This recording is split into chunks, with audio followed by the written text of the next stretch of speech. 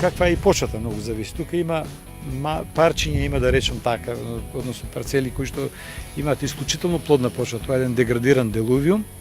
Меѓутоа и почви кои што се карбонатни, послаби почви кои што навистина не може да дадат така високи приноси, поготово ако и не е погодна и подлогата на лозата.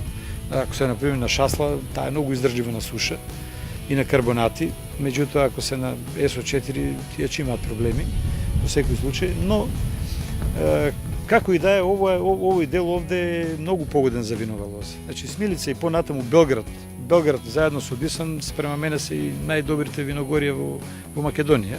Значи многу се погодни за винова лоза. Погодни се заради тоа што е малку и на поголема тука на надморска височина, а лозата тоа го бара.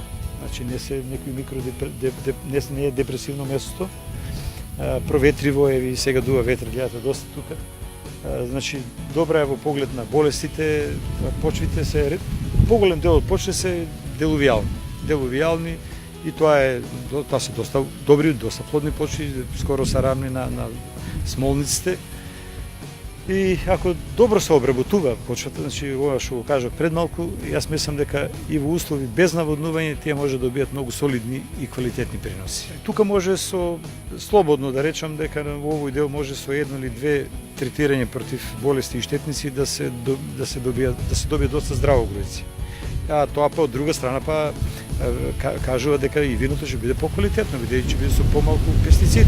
Секој вино со помалку пестициди е поквалитетно, бидејќи најголем